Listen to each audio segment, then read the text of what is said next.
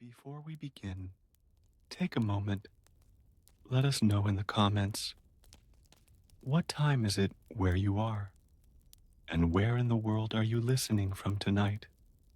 If this kind of quiet, immersive history helps you sleep, remember to subscribe for more. Now, close your eyes.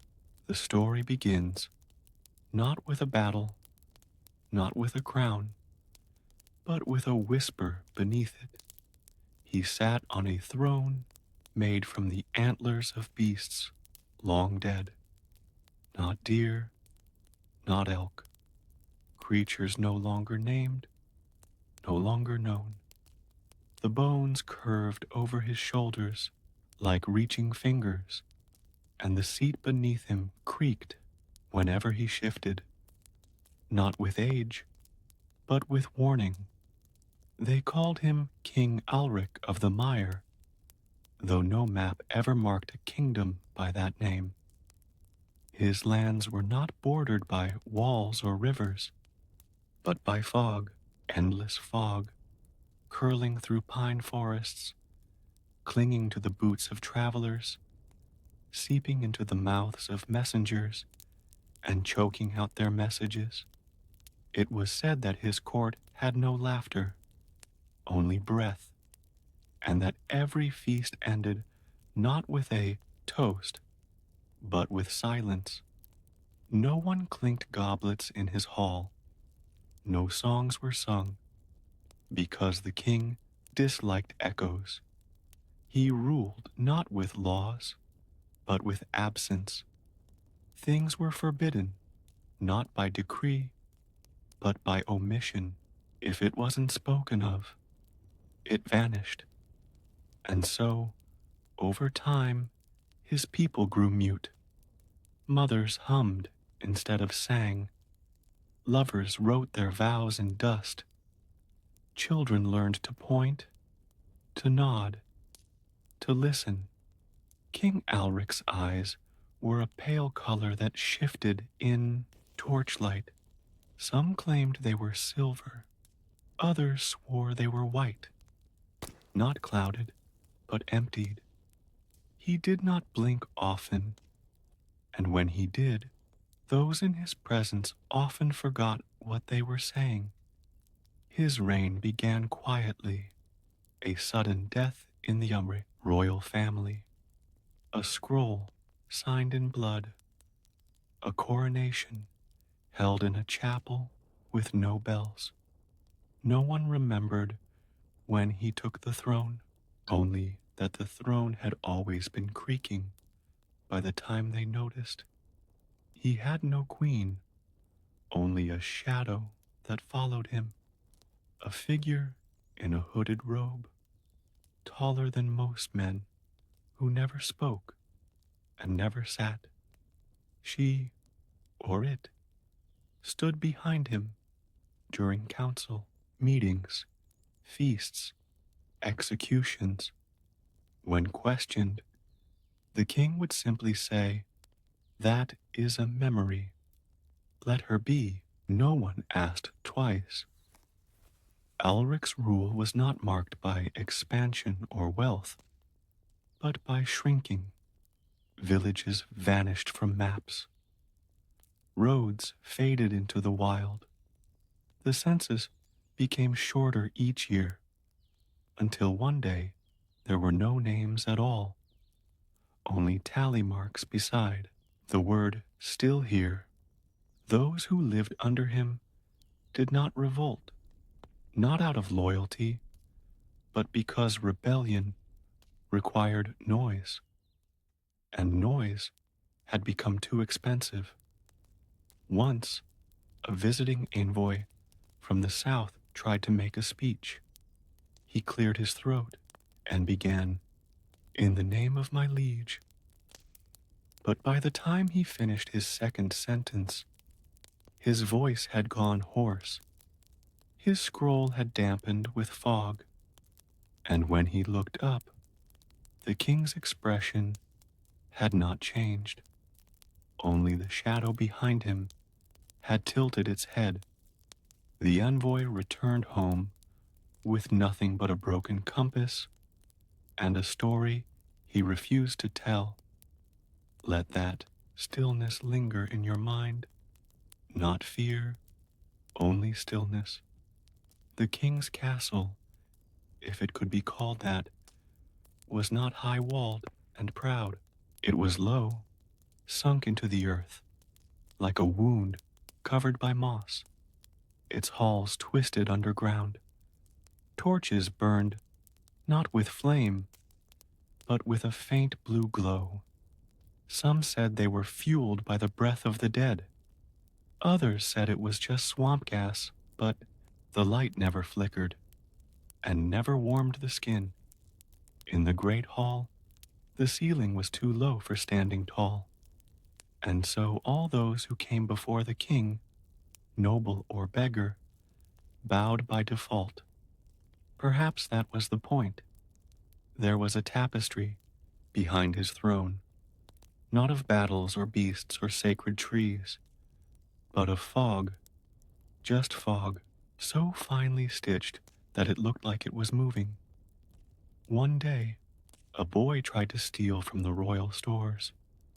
Not gold, not bread, only a feather, from a raven that had perched on the throne. They found him staring at the tapestry, lips moving without sound. He remained there, unmoving, until his hair grew gray. He died, still watching, still whispering nothing. No punishment was ever issued. It was said that King Alric needed no executioner, only time. Let your thoughts wander into that hall now, not to fear it, but to feel its weight. You are not there. You are only passing by. It is said that the king had a garden, not of flowers or herbs, but of bells, hundreds of bells, large and small, silver and brass, hung from thin wires among the trees. But no wind blew through that garden. The bells remained silent until the king walked among them, and then, and only then, the bells began to chime softly, not in harmony, not in rhythm, but like 1,000 voices trying to remember a song they once knew in childhood. No one else dared walk there. One guard did, once. He returned deaf, not to sound, but to instruction. He wandered for years, bowing to trees and saluting shadows. He died peacefully, believing himself a knight of the wind. Alric never spoke of him, nor of any death. When someone in the court passed, their name was scratched from the stone in the garden wall, and the scratch was filled with water from the mire. That was all. No tombs, no rites, only water and silence. Let that ritual rest now in your mind. No need to understand it, only to drift beside it. And now we come to the most peculiar part of King Alric's legend, the banquet that was never eaten. Each year, a table was set, 40 chairs, 40 plates, meat that steamed, fruit that shone like glass, wine that glowed faintly in its goblets, but no one sat, not even the king. He would enter the hall, stand at the head of the table, and nod once. Then he would leave. The food would rot slowly, but no one dared remove it until the next year, when the plates were somehow clean and the table was set again. Some say the shadow ate the feast. Others say the fog did. Others say it was simply a reminder. that plenty can exist in the absence of joy, that a meal uneaten speaks louder than 1,000 speeches. Let that image remain, not heavy, just still. There are more kings, more terrible lives, but King Alric, the silent, the antler-throned, the whisperer of vanished names, he begins our journey because his cruelty was not thunderous, was quiet, and in that quiet, he erased the world around him. We continue, softly, to the next. Let the fire crackle low. Let the hall grow quiet. Tonight, we meet a king who ruled with more mirrors than swords, and whose cruelty was not rage, but reflection. They called him King Morvain of the 100 Eyes. He ruled from a citadel carved into the side of a mountain where the sun rarely touched the stone directly. It was always winter near his throne, even in midsummer. The wind that passed through the corridors whispered like cloth dragged over glass, and the torches never stayed lit for long. Morvain's reign was long, but not remembered for laws or wars. It was remembered for observation. He watched everything, not out of curiosity, but control. The walls of his chambers were lined with polished copper, not for beauty, but so his reflection could always be seen. Wherever he turned, he saw himself and all those who stood behind him. But he did not stop at walls. He had mirrors installed behind the eyes of statues, mirrors beneath the plates of armor, mirrors sewn into the robes of his servants, so that whenever they bowed, his own face would return to him. He said it was a form of vigilance, that no treachery could hide from a man who could see in all directions. But over time, even his courtiers began to move less. They feared being seen doing something they hadn't meant to do, scratching a nose, looking askance, smiling at the wrong joke. Because the king noticed everything, he did not punish with gallows or flame. He punished with remembering. He would recall your smallest gestures and bring them back to you months later. You blinked when I said my father's name, he told a bishop once. Why? The bishop stammered. He hadn't known he had, but it was too late. He was removed from court, not killed, but exiled to a silent monastery where the walls were painted black and all mirrors forbidden. Let that stillness enter your breath, the fear not of violence, but of being endlessly seen. Morvain never married, but not for lack of candidates. He held 3 betrothals. Each one ended on the wedding day. The first bride was dismissed for touching her lips before she spoke. The second, for failing to laugh at a jest that was not made. The third, she arrived in a veil of mirror glass, thinking it would please him. Instead, the king screamed and shattered every mirror in the hall. The wedding was never spoken of again. Some said he was not afraid of being seen, only of seeing himself too clearly. The only room without mirrors in his entire kingdom was his private chamber. Its walls were stone, its bed made of wood and iron, and in the corner, a single window, not of glass, but of open air, facing the cliff below. It was said that each night He sat on the edge of his bed, staring into the black, not sleeping, not praying, only watching the sky for signs of cracks, as if the world itself might mirror his mind and split. There was a rumor, never confirmed, that the king once summoned a jester known for clever illusions. The jester arrived dressed in gold thread and bells made of soft bone. He performed silently, using smoke and shadow to tell the story of a king who watched so long he forgot how to blink. The court was delighted, but Morvain only nodded once and said, "You performed in the wrong direction." The jester turned, confused. There was no audience behind him, only the great mirror wall. He had performed to the king's reflection, not the king himself. That was his crime. He vanished the next morning.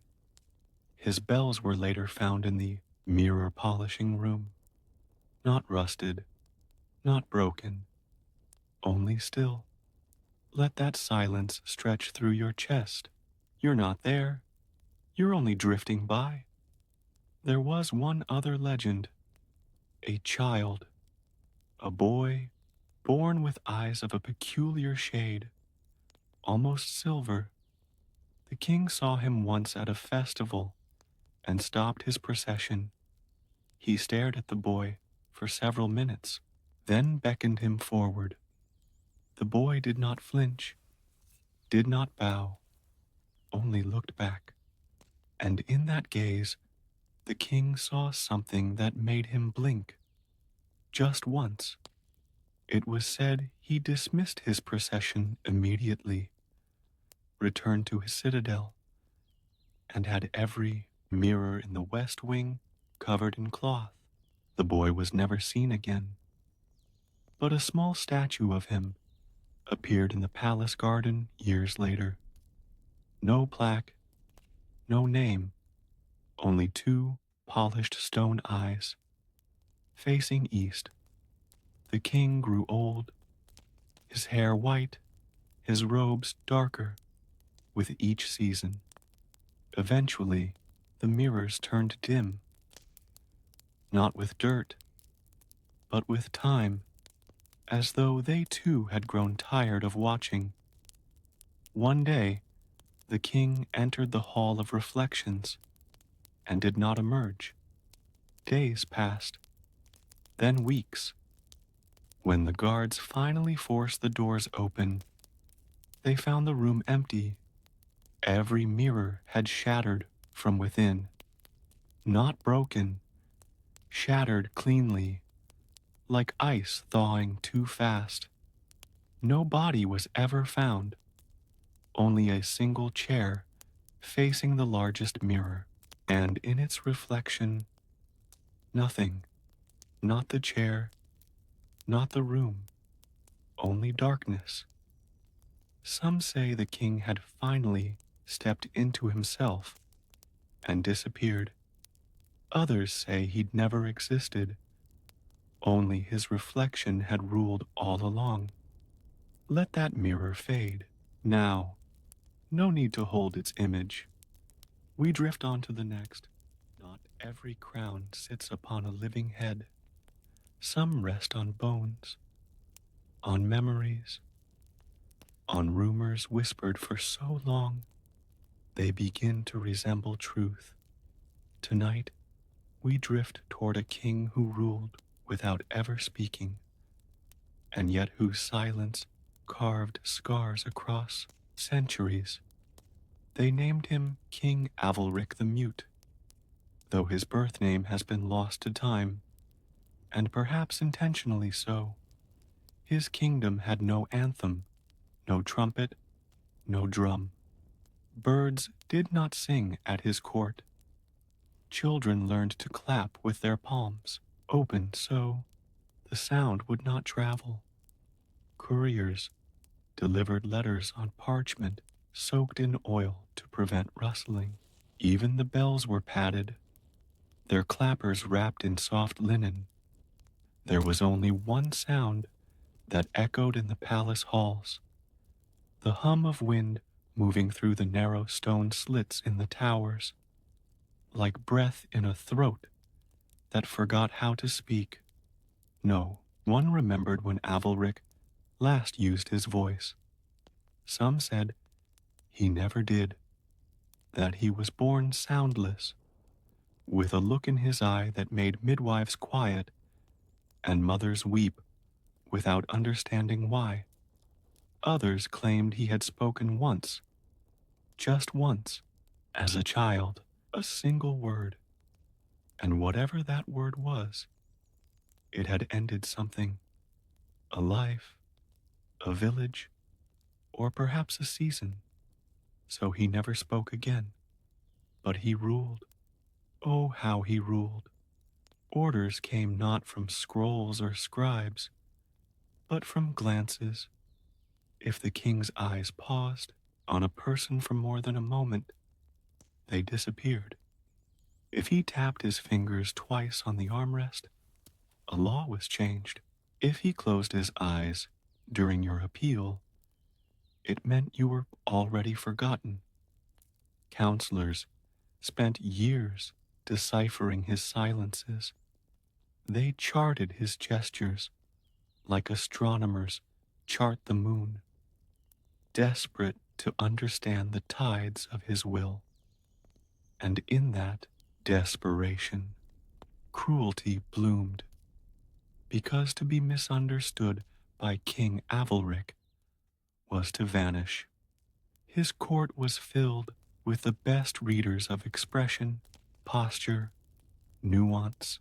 They wore robes embroidered with glyphs and symbols, not for decoration, but to offer the king emotional shorthand, one for truth, one for doubt, one for obedience, and another, stitched in crimson thread, for fear. Every new law was delivered without words. Servants placed sealed boxes in the city square each full moon. Inside were masks, tokens, feathers, or lengths of colored ribbon, and the people, trained through generations, would decode the new rule. A black mask, no travel this month. A silver feather, all debts erased. A torn red ribbon, prepare to bury the dead. No explanations were given, and yet order remained, because beneath his silence there was certainty, and sometimes that is all a kingdom needs. But silence, too, has weight, and over time it bore down on the people like stone pressed against the lungs. Dreams became wordless, stories faded from villages, poetry died. No bards sang under his reign, only lullabies, hummed low, as if the air might break if pushed too hard. The only story that endured was one passed from servant to servant, of a chamber beneath the palace, where the king kept his voice, not metaphorically, literally, a room sealed with lead, guarded by monks who had taken vows of blindness. Inside, it was said, sat a single jar, small, ordinary, stoppered with wax, and inside it, the king's voice, caught, contained, waiting. No one dared open it. One guard did. Centuries later, long after Avalric's reign had ended, the jar was unearthed during a renovation, and the story seemed a fable until the seal cracked open with a soft pop. What emerged was not sound, not immediately, but a pressure, a pulse, like thunder that hasn't happened yet. And then, a whisper. No one could agree on what it said. Some heard the name of the first queen. Others heard a command to sleep. The guard who opened it fell to his knees, laughing and sobbing all at once, then died before dawn. They buried the jar in salt and ash. Some say it still speaks at night, but only if you've ever lied to a king. Let that jar stay sealed in your thoughts. No need to open what is not yours. Avelric's death was quiet, fitting. His final day arrived as any other. He sat upon his throne, tapped his fingers, closed his eyes, and never opened them again. No procession was held. No mourning bell rang. Instead, the people waited. A week passed, then two. At last, the court physician, shaking, stepped forward and touched the king's wrist and bowed, not from duty, but from relief. The throne remained empty for 30 days. Then a new king was chosen, one who spoke often and loudly and with great ceremony. But the people, though grateful, never fully listened again. Their ears had grown used to silence, and even in joy, they flinched when voices rose. It is said that to this day, in the villages once under Avelric's rule, people teach their children how to nod with meaning and how to cry without sound.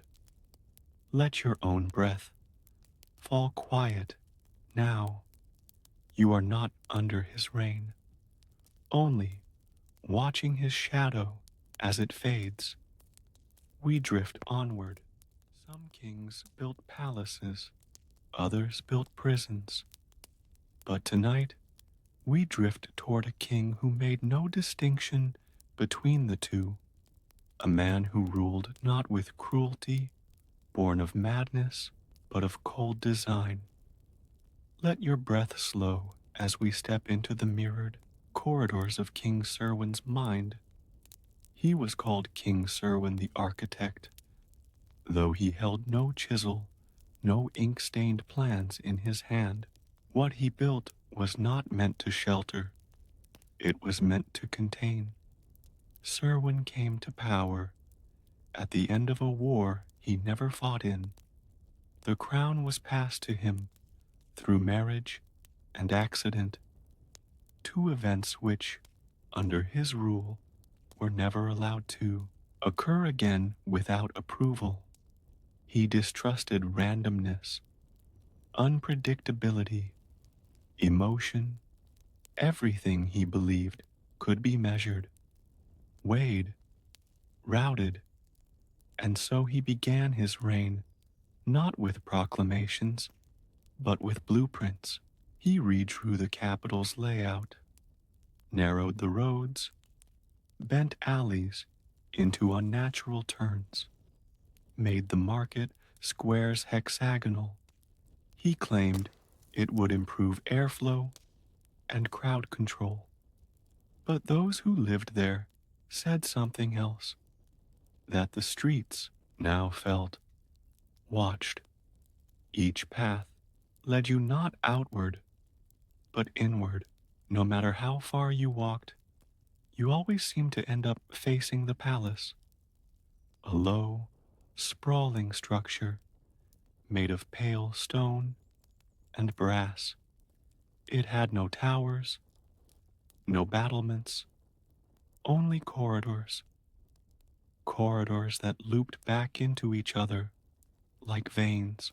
A maze that was never solved because it was never meant to be. Serwyn believed that kings must know where their people are and where they're going. So, he instituted the gate law. Each town had only 2 entry points, one to arrive, one to leave. Every person was catalogued.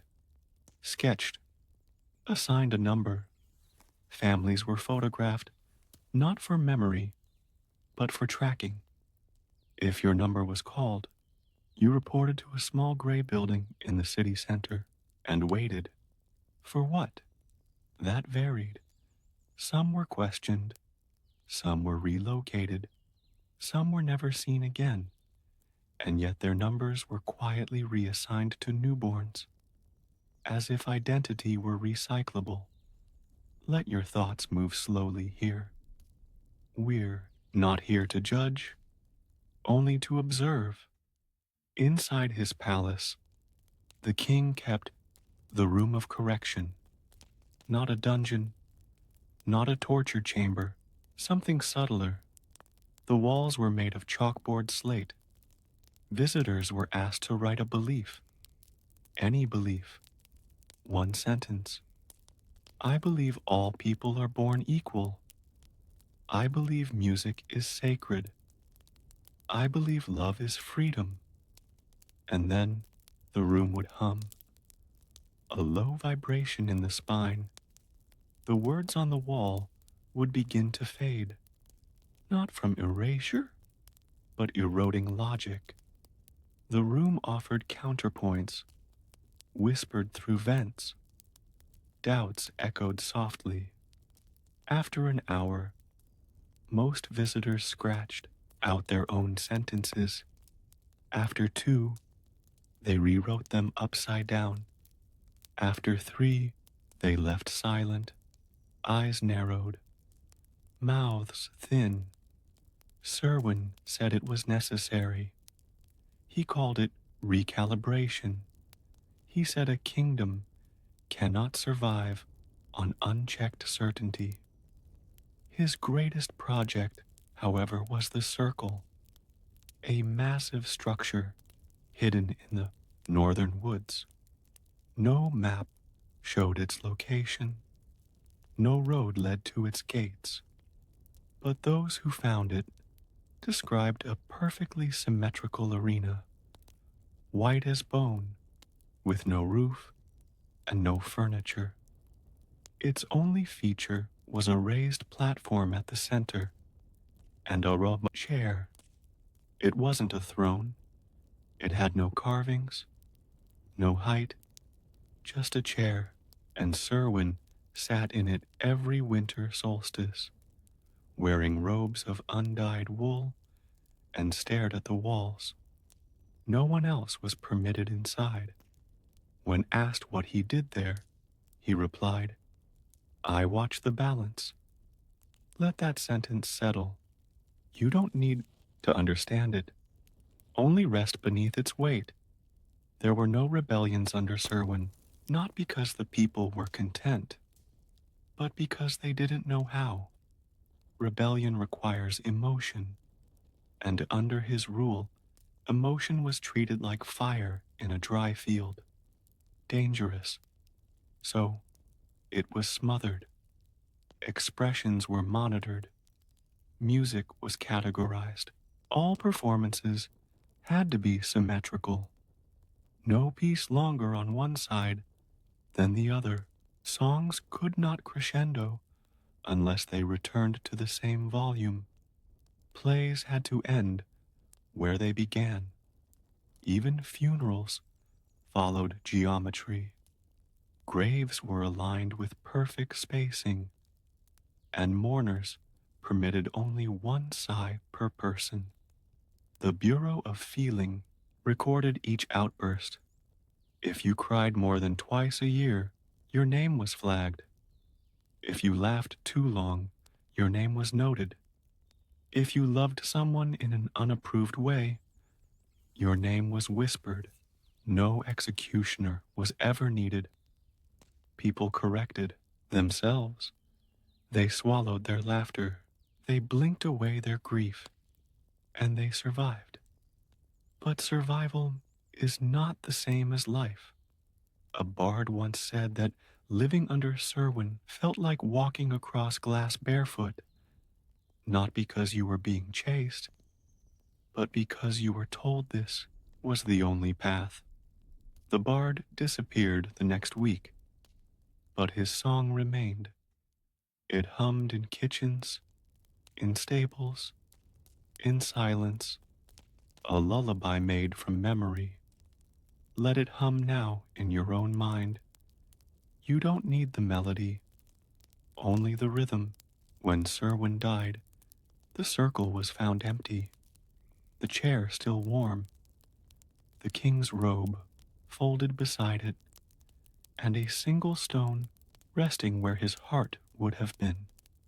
No body, no blood, just the stone, engraved with a symbol, a perfect circle, bisected by a vertical line.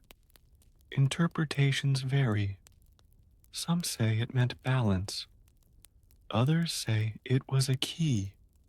Still others believe it was a warning that too much structure leads to collapse. And now, the palace he built still stands, but no one enters. The corridors echo without sound, and the chalkboard walls remain blank. But if you stand quietly and tilt your head, you might hear a question form in the stillness, not asked aloud, only felt. What would you erase to make the world cleaner? And deeper still, what would it cost to live without disorder? Let those questions dissolve. You don't need answers, only rest. We drift now to another terrible king, but for the moment, let the corridors fade.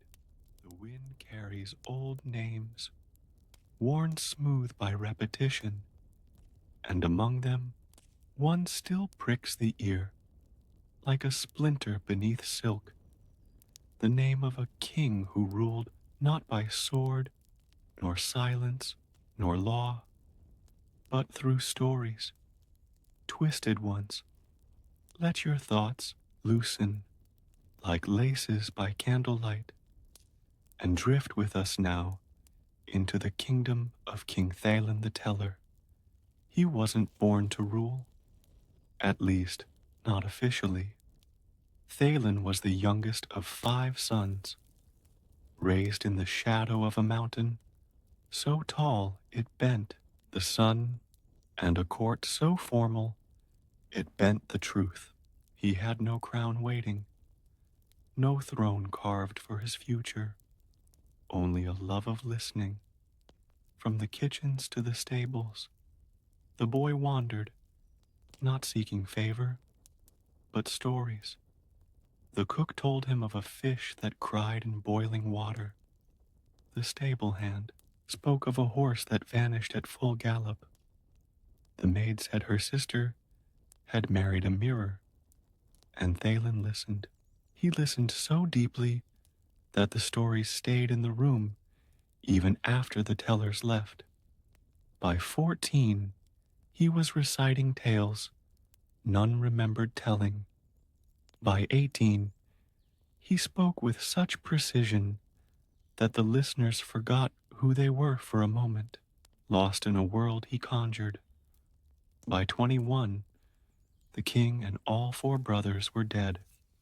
A plague, they said, a silent one, fast, merciless. Thalen mourned, but not loudly. He whispered their names into the walls. He asked no questions, and when the court offered him the crown, out of lineage, out of fear, he accepted it with a bowed head and a voice too quiet for denial. He did not issue decrees. He told parables. Each morning, he stood on the palace steps and shared a story. One day, a tale about a baker who needed secrets into his bread. That evening, the city's bakers found themselves questioned. Another day, a fable of a seamstress who stitched lies into royal garments. The court tailors burned their shops. People began to fear metaphors. Because under Thalen's rule, stories weren't fiction, they were warnings. He never named names, but the guilty trembled, because somehow, always, the tale was about them. He knew. He always knew. Let that thought drift with you. Imagine being seen not through eyes, but through narrative. Your errors disguised as beasts, your sins turned into riddles. No accusations, only implication. But implication was enough. In time, the people stopped speaking freely, not because they were gagged, but because they were being written. Every word might appear in tomorrow's tale. So they whispered, they nodded, they stayed still, hoping not to become a fable. Thalen's stories were always brief, no more than a few dozen lines, but they spread like oil in water, touching everything. They were carved into walls, painted on shutters, sung by children who didn't understand their meaning, only the rhythm.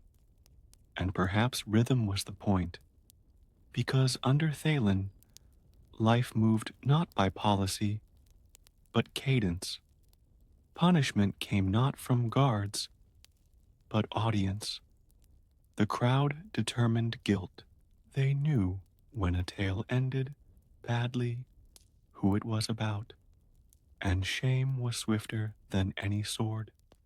One merchant, accused by story of hoarding grain, was found kneeling in the town square the next morning, hands bloodied from clawing open his own cellars. Another noblewoman, referenced as the pearl who swallowed a spider, confessed in tears to poisoning her husband, even if the king had meant nothing by the story. Even if it was fiction, it didn't matter, because belief became law. Let that truth settle. Not all tyranny looks like chains. Some comes softly, wrapped in meaning, but meaning has a way of tightening. Thalen never married. Instead, he kept a troop of scribes, silent, robed in shadow-colored cloth. They followed him everywhere, wrote down everything he said, but never repeated it. Each evening, they buried their scrolls beneath the palace garden. No one knew why, only that the garden bloomed even in winter. Some said the stories nourished the roots. Others claimed the soil was fed by guilt. One day, a girl was brought before the king. She had spoken a poem that closely resembled one of his fables, but with the ending changed. In hers, the villain was forgiven. The people cheered, laughed, applauded. When the king heard it, he said nothing. He smiled, and the next morning, a new tale was told about a nightingale who sang too sweetly and lured wolves into the henhouse. The girl was never seen again, but her poem remained etched in chalk behind the bakery, still unfinished, still kind. Thalen aged slowly. His beard grayed, his eyes softened, but his stories never dulled.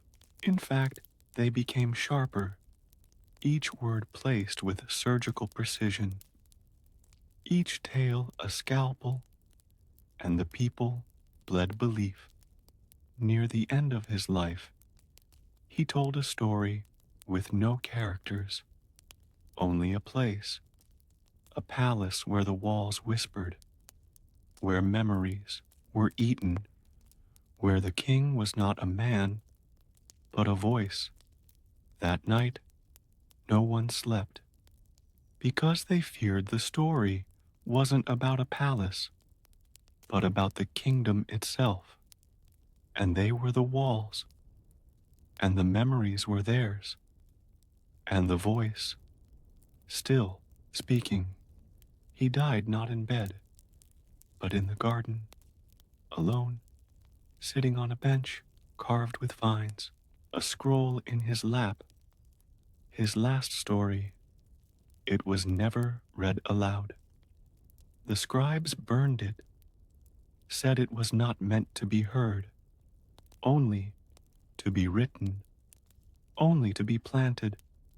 They buried its ashes beneath the roses, and since then, the roses have never stopped blooming, even in frost, even in silence.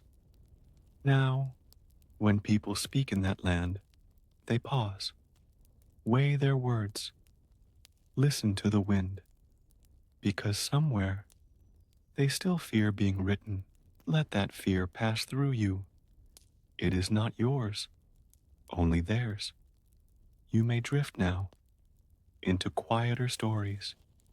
Terrible kings remain ahead, but this one, Thalin the Teller, ruled not through blood, but narrative, and left behind no legacy of laws, only echoes.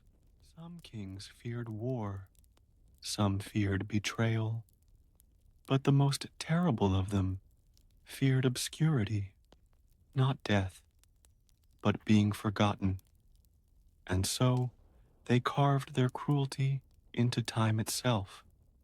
Let us wander slowly now into the kingdom of King Emmerin, the Eternal. They say he ruled for 80 years, but no one knows for sure, not because the records were lost, but because there were too many of them, whole libraries dedicated to his reign, his likeness, his words, his steps. Even the walls of bakeries bore his name. By order of his grace, King Emmerin, the coins bore not his profile, but his eyes, two cold circles etched in silver, always staring, always watching. He came to the throne as a boy, barely old enough to wear the crown, without falling forward, and from the moment it touched his brow, he believed one thing, that kings do not die. They are remembered, or they vanish, and he would not vanish. His first law was about statues. Every village, no matter how small, was required to erect one, life-sized, smiling, cloaked in bronze. But that was just the beginning. He renamed the months of the year after himself, the days of the week, the stars. He replaced old holidays with Emmerin Day. Every month had one, every week a small Emmerin feast. Soon, the people forgot what they were celebrating. They just smiled, nodded, ate the bread marked with his seal. To forget was to risk exile, and exile, under Emmerin, was not just removal, it was erasure. Literally, if you were exiled, all records of you were destroyed. Your name struck from birth ledgers, your face scratched from paintings, your home reassigned, your voice forbidden. People who asked about you were questioned. People who remembered you were corrected. And so, forgetfulness became protection, even among families, even among friends. Let that chill settle in your breath. It was said that Emmerin walked his palace every night, not with guards, but with scribes, who recorded every word he said, even if he said nothing. They wrote, "The king breathed here." The king paused, The king turned his gaze upon the curtains, thousands of scrolls, useless, sacred. He built a tower for them, 20 stories high, filled wall to wall with nothing but moments he wanted remembered. And at the top of the tower, a room with mirrors. Each mirror was labeled. This is how he looked at dawn. This is how he looked when displeased. This is how he looked when no one was watching. He watched himself, watching himself, and he smiled. Let that reflection fade now. It's not yours, only his. As he aged, he became more desperate. Time, despite all the parades, crept closer. He tried to stop it, built fountains meant to mimic eternal youth, commissioned songs so beautiful they might preserve his soul in melody, ordered scholars to discover immortality. One potion was made, thick, red, and bitter. He drank it and slept for 5 days. When he awoke, he banned all further efforts. Let memory be my kingdom, he declared. From then on, memory itself became law. Children were tested monthly on his speeches. Adults were quizzed in taverns by royal inspectors. To forget a date was a fine. To misquote a proclamation, worse. One poet wrote a sonnet comparing Emerald to the wind. It was meant as flattery. The poet was executed because the king was not like the wind. The wind disappears. He wanted permanence, so he built tombs for himself, dozens, in every province. He of Robert lay in each one once, so they could be called truthfully places where the king has rested. When he finally died, and he did, no one knew which tomb to use, so they used all of them, each filled with a weighted effigy, each sealed with fanfare, each blessed by priests. And now, centuries later, no one remembers where his body truly lies, only that somewhere the real Emerin rests. Maybe, but in the libraries, the scrolls remain. The king breathed here. The king paused, and in the coins, his eyes still watch, even in dark drawers, even buried, and in songs, the chorus still hums. Glory be to he who saw his shadow and taught it how to live. Let your thoughts slow now. You are not being watched. The memory is not yours to carry. It fades. We drift again. Another king awaits. Some kings are cruel in storms, others in silence. But there was one who ruled through questions, not to seek truth, but to unmake it. Let us now drift softly into the court of King Varelian, the interrogator, where answers became chains.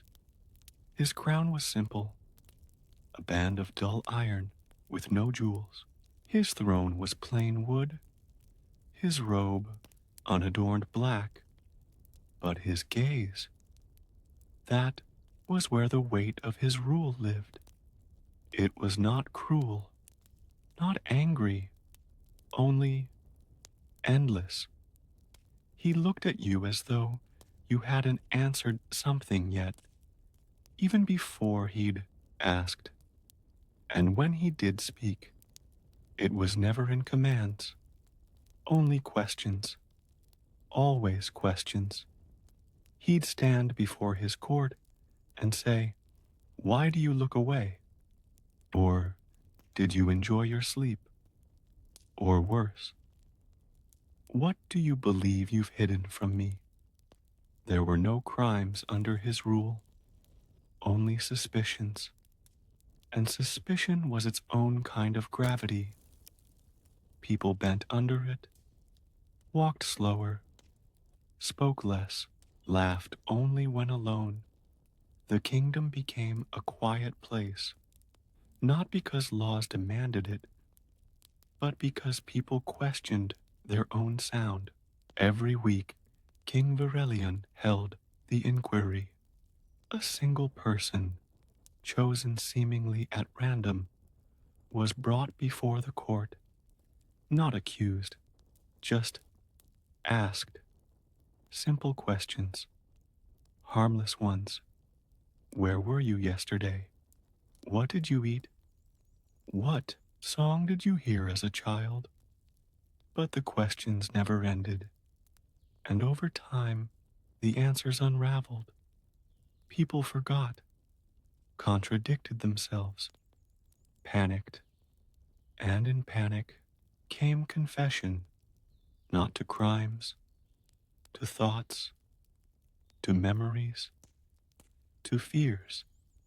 And once spoken aloud, those things became real.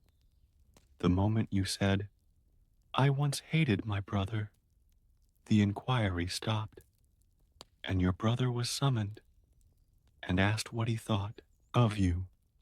And the chain continued until a dozen people stood weeping in the court, tangled not by truth, but by the fact that they had tried to explain themselves.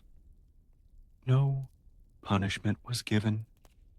They were dismissed, and yet none of them were seen again. Some say they were sent to the chambers of reflection, windowless cells where questions echoed day and night. Others said they were still in the palace, dressed as servants, eyes vacant, mouths too dry for speech. And some believed they were made into questions themselves, stories told to children to make them doubt their own certainty. Let that thought stretch quietly across your breath. You are not being asked anything. You are not required to remember. You are only drifting past the door.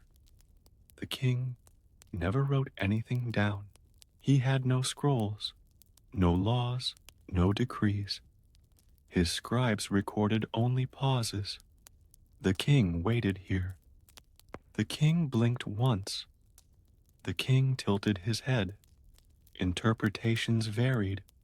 Philosophers spent decades decoding his silences. Entire libraries were filled with books trying to define what he meant by nothing. Because nothing, under his reign, was heavier than something. He outlawed certainty, not officially, but culturally. Those who spoke confidently, preachers, teachers, lovers, slowly vanished from the streets, and in their place came whisperers, nodders, the hesitant and the vague.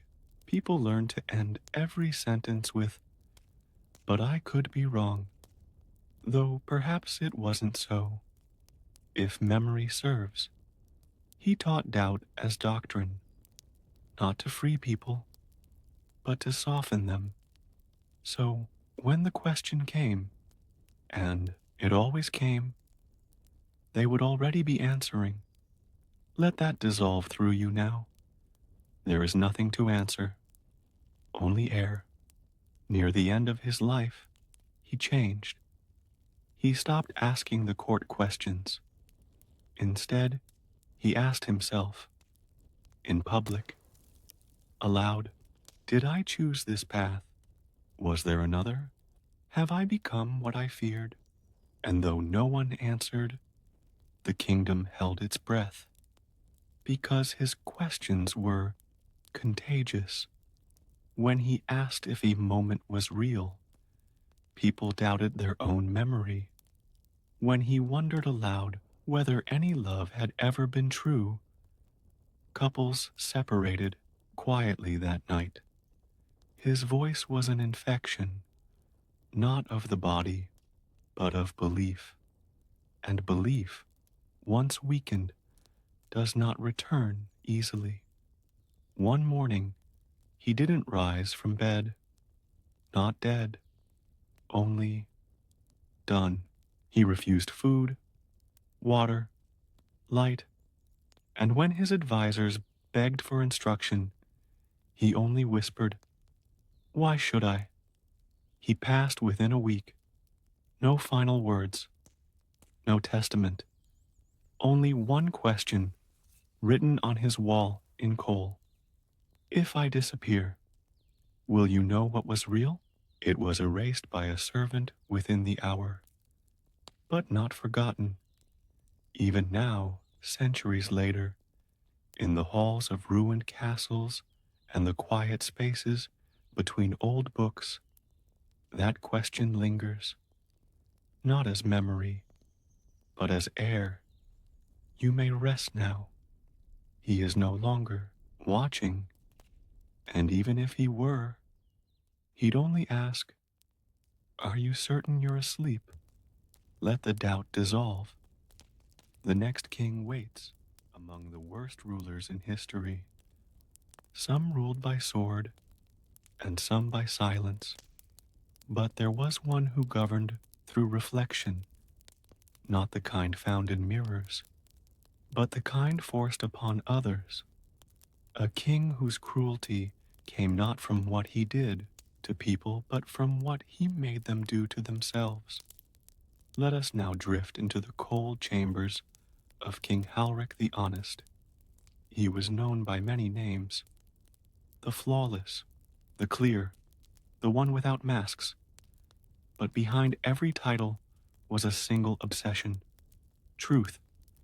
Halric ruled a kingdom that prided itself on honesty, on virtue, on clarity of character.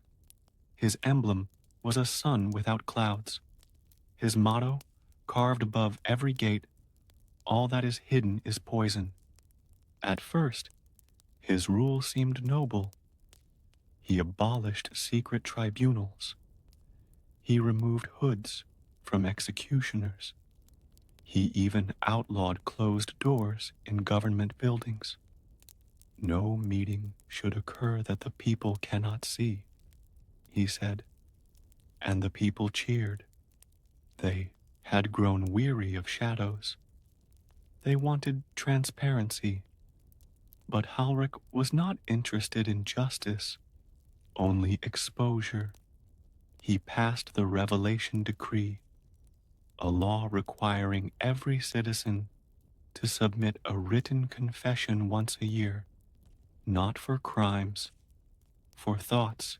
You had to declare your fears, your regrets, your hatreds, even your dreams. Each confession was archived and made public. Your neighbors could read them, your children, your employers, even strangers. I feared my sister's wedding would fail. I sometimes wish my father had died in the war. I dream of fire, and I like it. At first, people hesitated. They lied. They softened their words. But then came the days of unmasking. Halric created an office of inspectors, citizens trained to recognize lies in tone, handwriting, even ink pressure. If your confession was found to be dishonest, your name was placed in the Hall of Reflection, a massive slate wall in the capital square, engraved daily with the names of those accused of dishonesty. No explanation, just the name. And once a name appeared there, it never disappeared. Those on the wall weren't imprisoned. They weren't fined. They were simply known. And to be known in Halric's kingdom was the worst fate. People crossed streets to avoid you. Merchants refused your coins. Even the blind would turn their faces when your footsteps approached. Let that stillness settle in your breath. To be seen fully and forever is its own kind of sentence. Soon, people began confessing more than required. They wrote extra pages, declared themselves unworthy, invented sins they hadn't committed just to prove they had nothing to hide. Children were taught to report their parents' private words. Lovers stopped whispering. Priests were forced to read confessions aloud instead of offering absolution. The entire kingdom became a stage, and every person an actor trapped in a role they had not auditioned for. One farmer, desperate to remove his name from the wall, confessed to eating a stolen apple as a child. It didn't help. The inspector replied, "You failed to confess this 10 years ago. Your omission is worse than the act." Another man praised all his life for kindness, wrote a single sentence. "Sometimes I imagine I am better than others." His name went up that day, and his family moved away in shame, not because they hated him, but because they knew their own names might be next. Let that loneliness drift through your ribs. It is not yours, only theirs. Halric, for his part, confessed too. Each year, he stood before his people and read from a scroll. His regrets were poetic, his shames eloquent. "I regret the ease of my rise," he said once. "Power came too quickly to me. I worry I am not worthy of it." The crowd wept, applauded, and yet not one inspector examined his scroll. Because who could accuse the king?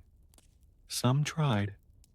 A young girl, age 12, wrote in her confession, "I think the king lies when he says he is humble." She was brought to court. The king read her words aloud, then kneeled before her and said, "Then I must confess that I hoped no child would ever doubt me. I have failed. Forgive me." The people cheered again. The girl was never seen after that. Some say she was made an inspector. Others say her name was erased, not from the wall, but from the world. Because under Halric, erasure was not death, was silence, true silence. One day, a priest asked a question. What if honesty is not always kind? He was summoned immediately. Halric asked him gently, "Do you still believe that?" The priest nodded. The king smiled and replied, "Then you must show us the cost." The priest's confession was nailed to the cathedral door. 300 pages, every memory, every cruel word, every weakness. He died 2 days later, not by sword or rope, but by shame. Let that weight fall gently away. It is not yours to hold. The kingdom began to crumble, not from rebellion, but from fatigue. People stopped speaking entirely. Restaurants fell quiet. Markets whispered. Even animals seemed quieter, as if taught by example. And Halric aged well. He smiled in every painting. He listened patiently. And when he died, asleep on white linen, beside an open scroll. The people held no funeral because they didn't know how to speak of him truthfully, and anything less than truth was poison. To this day, the hall of reflection stands. Wind scours the names, but they remain. And travelers say that if you press your hand to the stone at midnight, you can hear confessions still being written, softly, endlessly, not by quill, but by memory. Let that ink fade now. You are not on that wall. You are only passing through shadow. We drift forward toward another crown. Some kings ruled with weapons, others ruled with whispers. But there was one whose reign was stitched into the very fabric of his people's lives, a king who turned loyalty into a ritual and obedience into an art form. Tonight, we step softly into the kingdom of King Othmar the Devout, the monarch who made reverence compulsory. To understand King Othmar, you must first understand the land he ruled. It was not a kingdom of wealth, nor conquest, nor even culture. It was a kingdom of devotion. Before Othmar, its people were deeply spiritual, not in name, but in practice. They sang before planting seeds.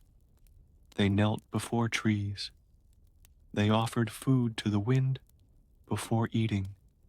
Othmar was born into this rhythm, but where others saw meaning, he saw control.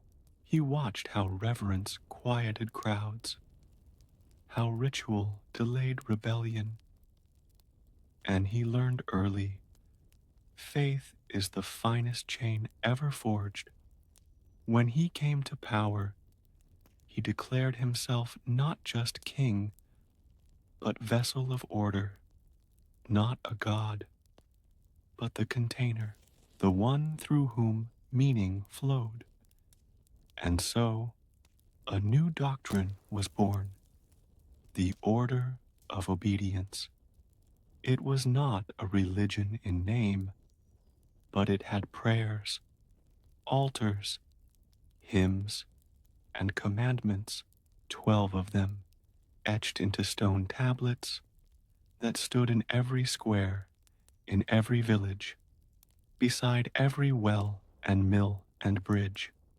They read, obedience is peace, doubt is a drought, the vessel knows the tide.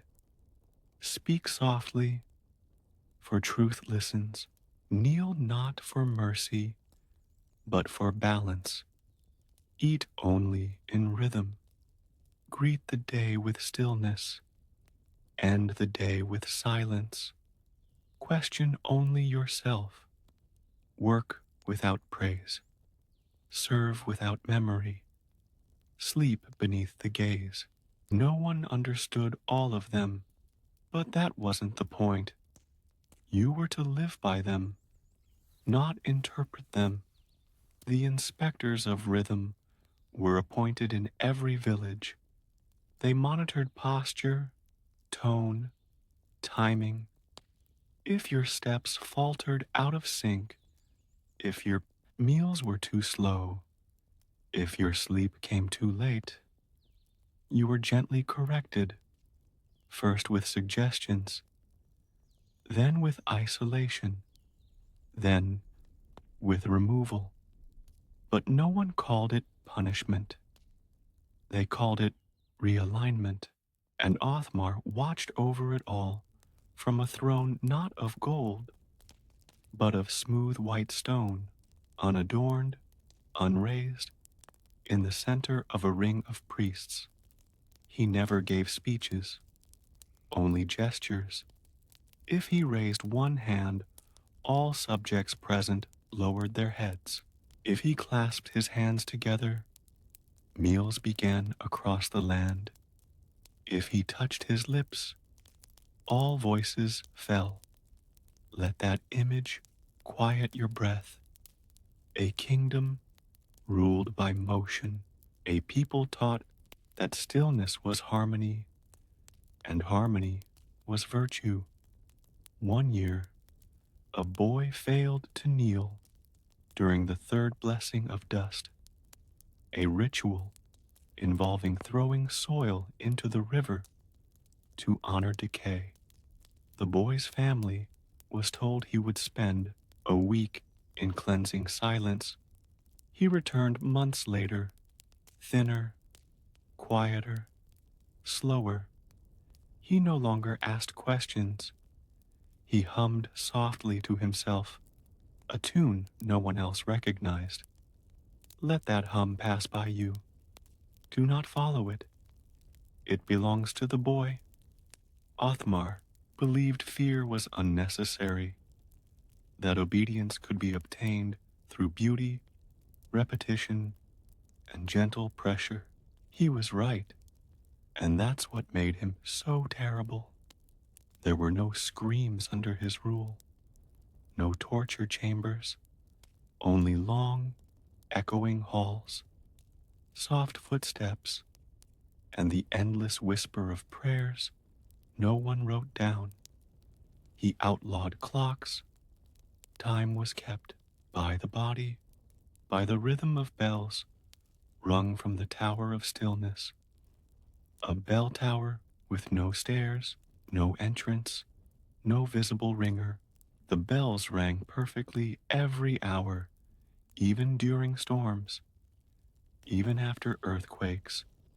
Some said the tower had no top, that it was a tunnel to the sky, and the bells were rung by wind trained to obey. No one dared disprove it. Let that chime settle. You are not late. You are only listening. Othmar's rule was long, decades.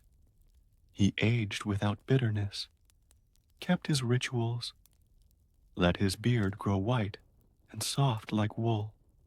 His priests aged too, many blind, many mute, but never idle. They moved in perfect circles around him like moons. They said little, only what was required. When he died, he did not fall. He lay down on a white slab in the hall of quiet earth, folded his hands, and closed his eyes. He did not declare a successor. He did not leave instructions. He simply ended. The people did not cry. They fasted for 7 days in perfect stillness.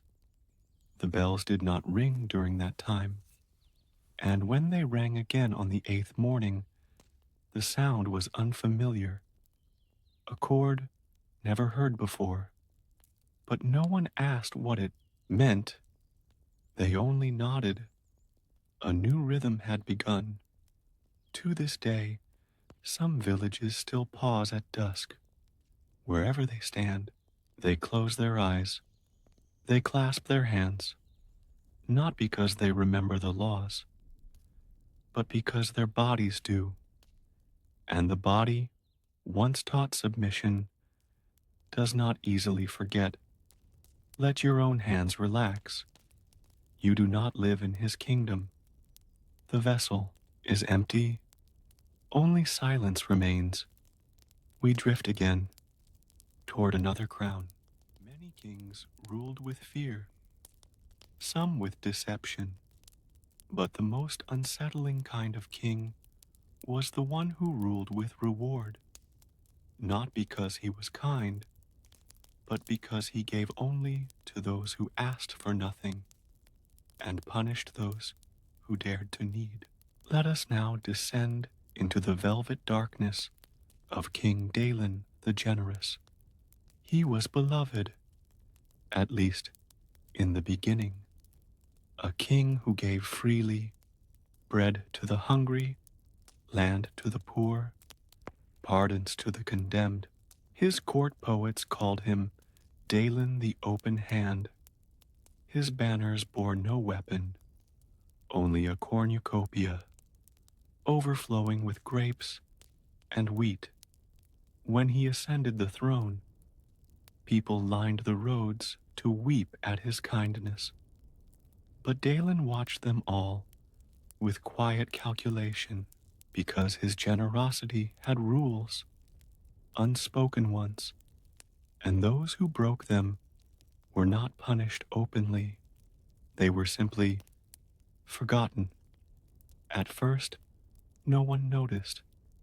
A beggar received silver, smiled, and disappeared. A farmer praised the king's charity, and his house caught fire a week later. A mother thanked him for curing her child, and the next time she asked for medicine, no one answered. Let your thoughts still for a moment. This is not a story of blood, but of erasure. Under Dalen, requests were sacred and dangerous.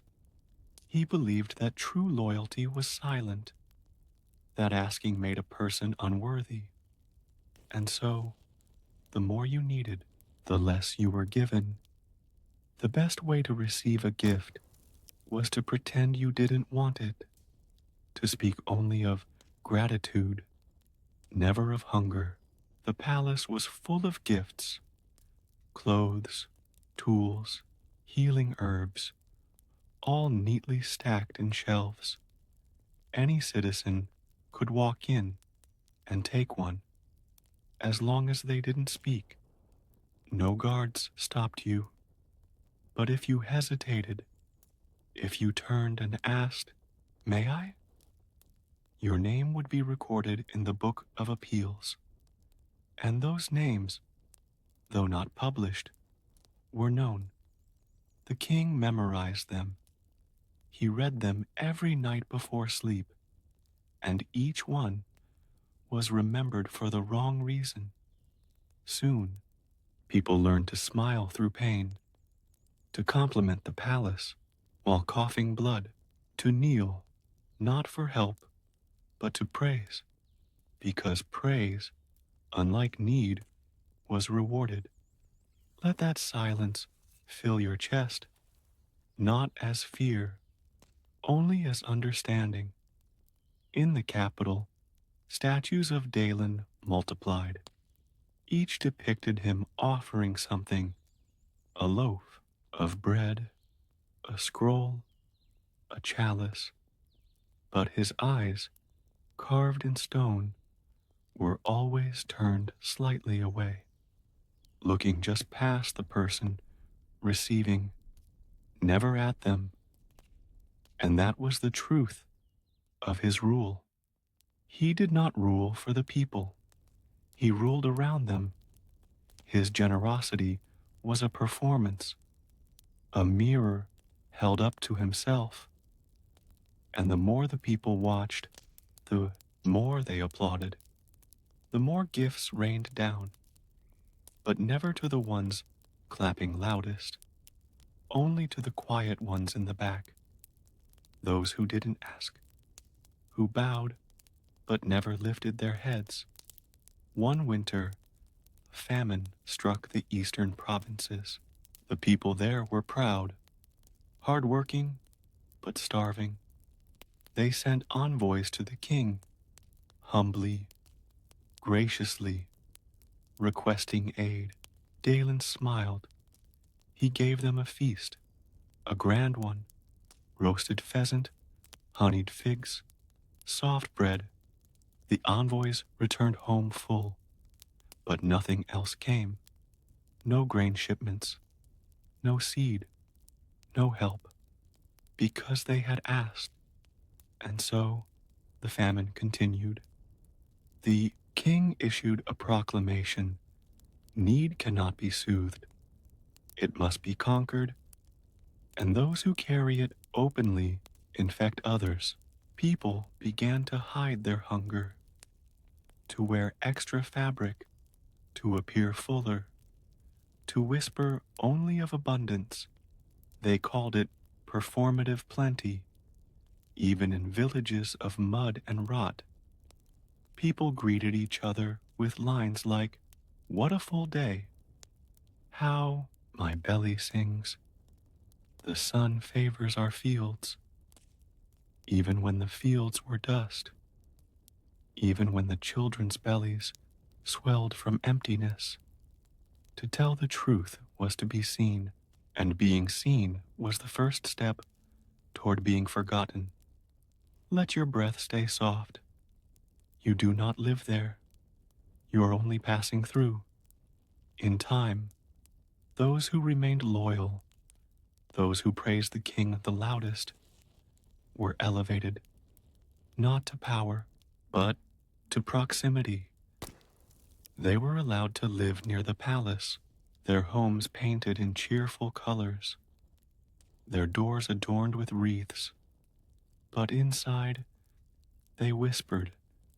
They feared the day they might slip, speak too freely, show too much want, and lose their place. One woman, a midwife named Ellen, dared to write a letter. It said, "Thank you, my king, for all you've given, but I beg for grain. For the babies I help deliver arrive into empty homes. If there is mercy left in your hand, open it." The letter never received a reply, but weeks later, a new law was passed. No letters may speak of need. All gratitude must be untainted by petition. Ellen vanished. Some say she was sent to the hollows, a network of caves beneath the palace, where the king kept those he called the loud-hearted. Others believe she never existed at all, because after Dalen died, no record of her remained, no mention in birth registries, no trace in tax ledgers, not even a grave, only a rumor, a wind-whispered name. Let it pass by you now. There's no reason to remember, unless you want to. In his final years, Dalen grew quiet. He stopped attending feasts, stopped giving gifts. Instead, he wandered the palace at night, alone, trailing his fingers along the walls. When asked why, he said, "I want to see what remains without applause." He died in his sleep, smiling, his last words, spoken to no one. "I was never begged." He was buried in silence. No crown, no procession, only a note placed on his grave. "Thank you." To this day, his kingdom survives. On the surface, it thrives. Its fields are bright, its streets are swept, its people smile. But behind every smile, there is a calculation, a question. Did I look too grateful or not enough? Let that question fade now. You are not among them. Your need is not a sin. You may breathe freely. Another king awaits. Some monarchs command with flame, some with iron, and others with silence. But few ruled like King Serwin the Patient, a sovereign whose cruelty bloomed over years, in slow and silent spirals, like ivy climbing a tower wall. He taught his people not to scream, not to obey, not even to kneel, but to wait. Let your breath slow as we walk the long corridors of time beneath his reign. Serwin's kingdom was not vast. It hugged the cliffs of a cold northern coast, battered by wind and salted spray.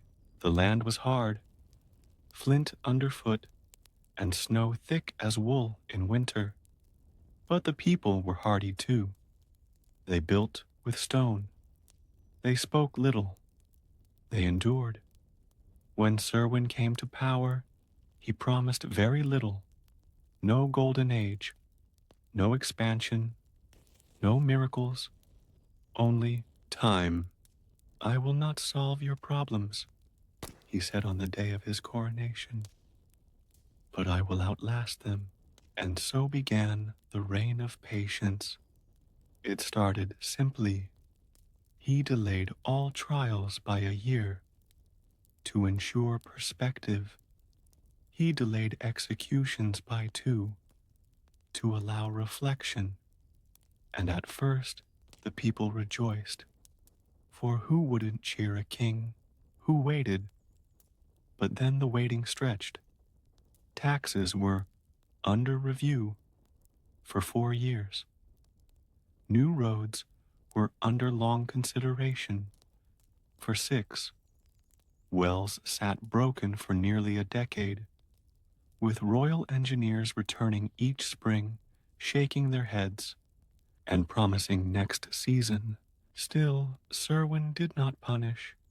He did not shout. He simply waited, and those beneath him learned to wait too. If a man stole a loaf of bread, the baker was advised to wait. If a child vanished in the forest, the mother was told to wait. And if a plague struck, as it did in Serwyn's 12th year, the kingdom waited to act until the fevers had passed, or consumed all they intended to. Let that hush wash over you. There was no chaos, only stillness, a slow tightening of the breath, because to act was seen as impatient, and impatience was treason. The crime had no official punishment, but those labeled hasty soon found themselves without work, without warmth, without company. A mason who repaired a broken chapel without permit was found days later beneath the rubble of his own home. The official report read, "The structure collapsed of its own accord, as all things do." In time, Serwyn's court was a monument to waiting. Petitions took years to be heard.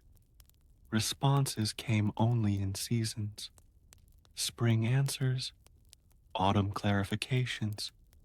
He invented an entire calendar of bureaucratic pauses, the fortnight of musing, the month of quiet return, the year of measured observation, and the people began to speak differently. No one said soon. They said, in its season. No one said yes or no. They said, we shall see. Even marriage proposals ended with, I will consider this joyfully. Over time, the kingdom slowed, but it didn't stop. It simmered. People learned to smile with stillness, to dream in delay. A merchant would plant olive trees, knowing they wouldn't bear fruit in his lifetime. Not out of hope, but because it was law. Trees must wait 15 years before harvest. The king said it built discipline of soul. One day, a soldier returned from war in the south, a war the king had entered 15 years earlier. The soldier had grown gray. He walked the court alone. No honors were given, no songs. He was told simply, your service has been noted. It will be celebrated in due course. He died 2 winters later. The celebration occurred the following spring. No one attended, but a wreath was laid, because to ignore the ritual would be impatient. Let that wreath rest now. Its petals do not belong to you. The king's patience was not passive. It was sharp. He built the house of stone, Bloom, a vast, cold hall where those accused of disrupting the rhythm of patience were sent. They were not tortured, they were not bound, they were placed in chambers of silence with only an hourglass, too slow to track, and one message on the wall. This, too, will resolve. Some returned years later, hollow-eyed, their voices barely more than breath. Others never returned at all, because under Serwyn, forgetting was the ultimate mercy, and forgetting came eventually to everyone, even the king. In his 50th year on the throne, he began to speak less, to eat slower, to blink longer. His advisors whispered that time itself had caught up to him, not as death, but as blur. He issued fewer statements. He walked the palace halls, not with guards, but with shadows. Some said he had forgotten his own name. Others said he had become patience itself, no longer a man, but a rhythm. A sigh stretched across decades. In his final days, no one knew if he still ruled, but no one dared ask. The last official record of his speech was 4 words, spoken at a midwinter council. Let the thaw come. And then he closed his eyes, not in sleep, but in silence. He did not die that day. He died weeks later, or perhaps years. There was no announcement, no procession, just a letter circulated privately among his court that read, "We may now begin to proceed." No successor was named, no heir crowned, only a phrase engraved above the throne. It will unfold. And so it did. Slowly, the kingdom did not collapse. It did not revolt. It did not rise. It waited. To this day, ruins of the house of Stone Bloom remain, covered in moss, cracked by rain. Visitors say, if you sit in the largest chamber long enough, the stones begin to whisper, not in words, but in pauses, long, soft, patient. Let your own breath match them now. Nothing demands urgency. There are no questions, only quiet. We drift forward. Another crown calls. Among the worst kings to ever darken a throne, some shattered their people with violence, some drowned them in fear. But one, the final one in our long, slow drift through the cruelest crowns of the past, ruled not by taking things away, but by giving everything, every desire, every wish, every freedom, until nothing of the people remained. Tonight, we drift into the strange and silent court of King Arlo the Indulgent. He was crowned on a morning soaked in dew, when the bells of the capital rang not with pride, but with a kind of tentative hope. The previous king had ruled with a grip of iron, and the kingdom yearned for mercy. And so, when Arlo, young, soft-spoken, with a boy's brightness still on his face, stood before the court and said, "There will be no more punishments," the people wept with relief. He abolished prisons, canceled debts, burned tax ledgers, unlocked all palace gardens to the public. "Nothing belongs to me," he said. "Let it all be yours." He smiled as he spoke it, and for a time, it worked. Merchants gave freely. Children danced in royal orchards.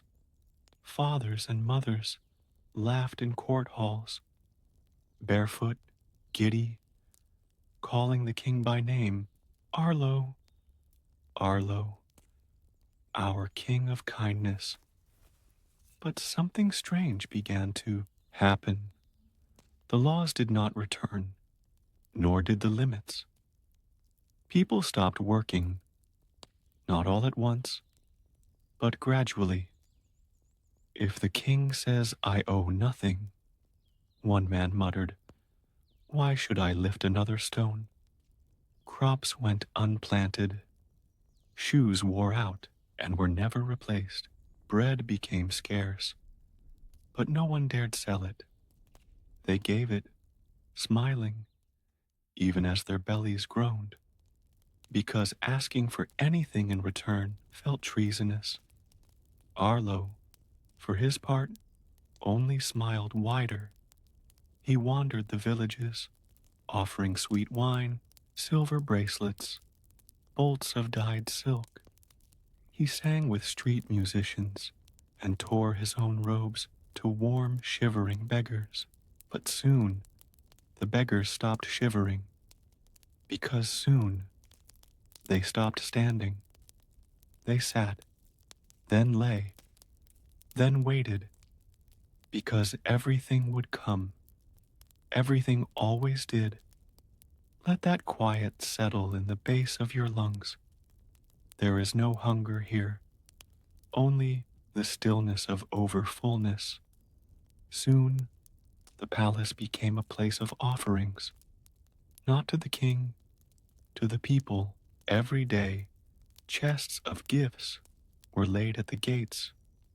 Gold, cloth, candied fruits, jewels, tools, and the people took what they wanted, but never too much, because taking too much felt like asking, and no one wanted to be seen as needy. One girl took a ribbon of green silk. The next day, she returned it, whispering that she had dreamed someone else needed it more.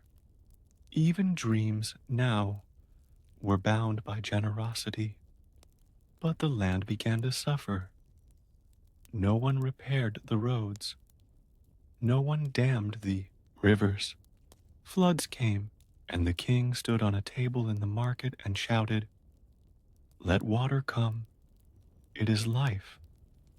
The people cheered, and then drowned quietly in their homes. He gave them boats. They used them to drift aimlessly. He gave them candles.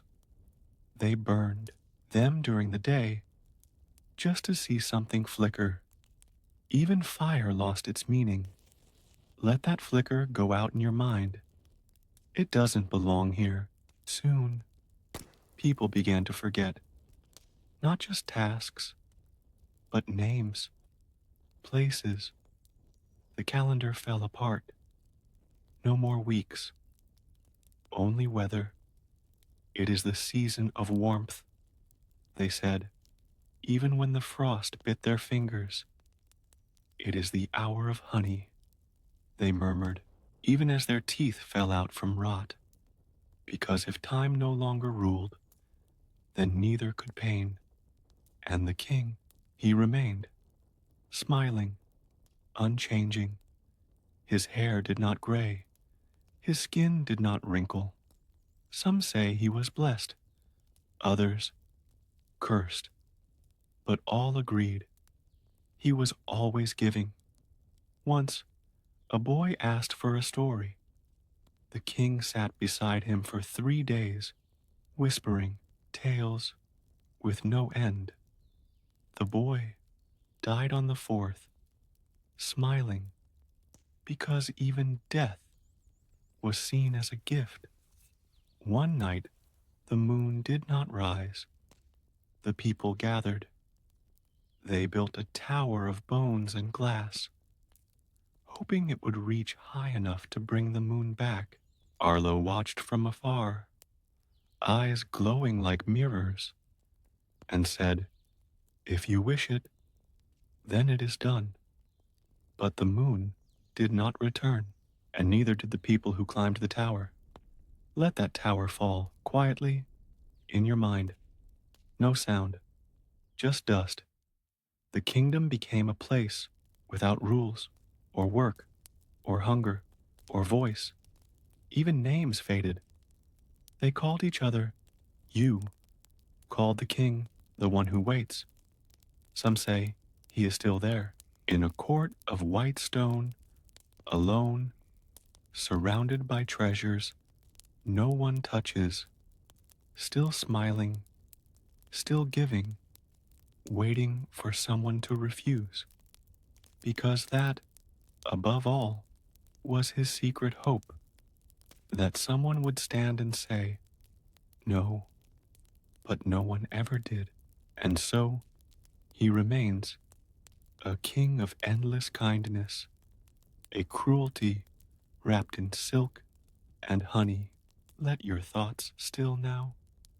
You have wandered long through the shadowed crowns of history, through kings of blade and chain and silence and sugar. None of them remain, only stories and dreams and dust. Let those settle gently over you now. No need to remember names, only the rhythm of breath, the soft weight of forgetting, and the long, slow drift away.